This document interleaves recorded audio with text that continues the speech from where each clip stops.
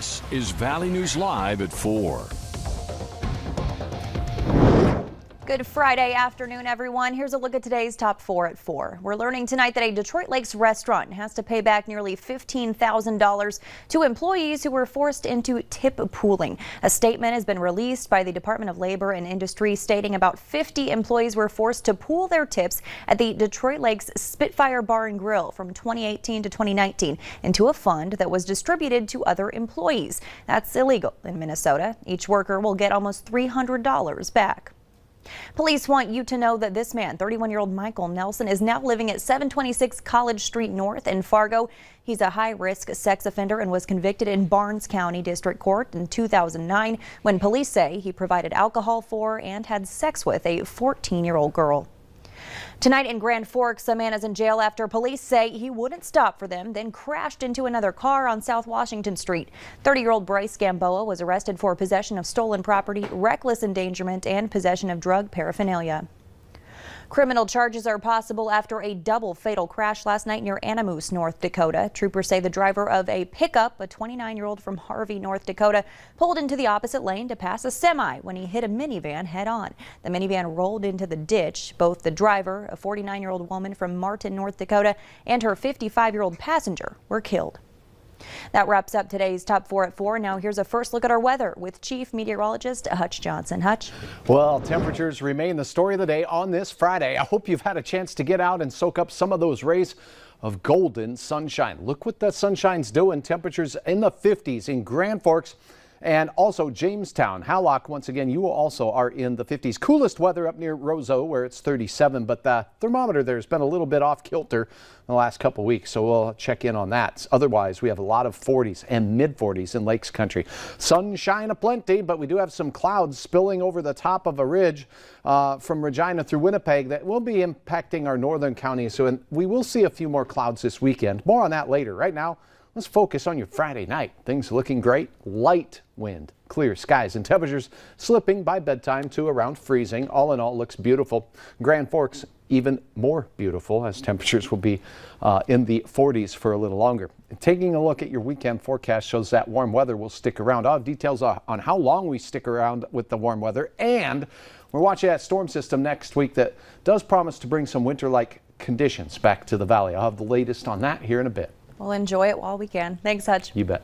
Former Minneapolis police officer Shavan will again face a third-degree murder charge in the death of George Floyd. The Minnesota Court of Appeals has ruled in favor of allowing the prosecution to add back the charge after the defense asked to have the charge dropped for a lack of probable cause. Today, the Court of Appeals reversed the trial judge's decision. Shavan's trial is set to start Monday morning. However, the defense will now have an opportunity to appeal today's decision to the state Supreme Court.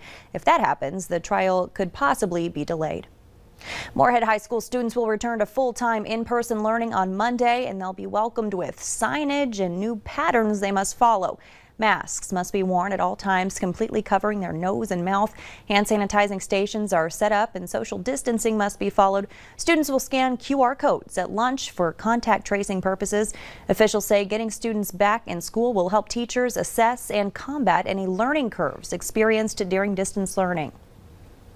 Our teachers do these jobs because they like working with kids and interacting with kids. And so I think it's as important for our teachers to have the interaction with the kids as it is vice versa. Meanwhile, both Fargo and West Fargo public schools will be going back to distance learning for several days while teachers get vaccinated. Tonight, we're digging into your concerns over the district's decisions. That story coming up on Valley News Live at 6. Johnson & Johnson vaccines are arriving in the valley. 200 Johnson & Johnson vaccines are making their way to Essentia next week. Essentia is still vaccinating people who are 65 and older and living in their service area. There are immediate appointment availabilities. Sanford is receiving 2,000 Johnson & Johnson vaccines. 400 doses are coming to Fargo Cass Public Health and 600 to Grand Forks Public Health. Clay County Public Health has not received any Johnson & Johnson vaccines. They tell us they're not sure when they will. President Joe Biden released earlier this week that the country is on track to have enough vaccine supply for every adult in America by the end of May. But does North Dakota have the infrastructure in place to make that happen? According to North Dakota Department of Health Immunization Director Molly Howell, that answer is yes. She says state providers can give 60,000 doses per week, and there's additional infrastructure that could add another 7,500 doses per day. We haven't even used any of our National Guard friends that have helped during our response. And then as a last resort, if we needed to, we could reach out to FEMA for assistance. Howell says there are enough resources to keep up with vaccinations if the promised amount of doses come our way. Reuters is reporting today that a Japanese supercomputer simulation shows that wearing 2 face masks gives limited benefits in blocking viral spread compared to 1 properly fitted mask. The report goes on to say that the findings contradict recent recommendations from the CDC that 2 masks are better than 1 when it comes to reducing exposure to the coronavirus. The article references a recent study in which researchers used the computer to model the flow of virus particles from people wearing different types of combinations of masks.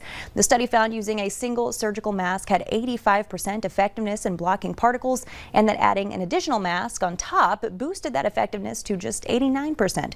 One researcher is quoted saying the performance of double masking simply does not add up.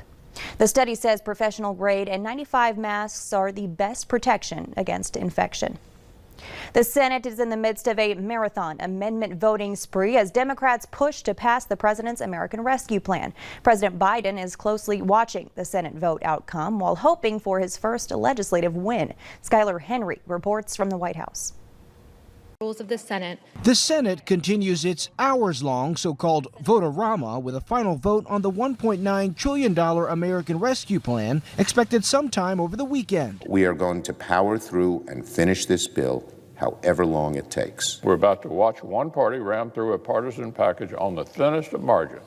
Ahead of the vote, Democrats agreed to maintain federal unemployment benefits at $300 per week and extend them through September. $1,400 stimulus checks will phase out for single filers earning more than $75,000 and joint filers earning more than $150,000. Here at the White House, the focus also continues on the pandemic and recovery, with President Biden hosting a Friday afternoon roundtable on the American Rescue Plan and meeting with his economic team.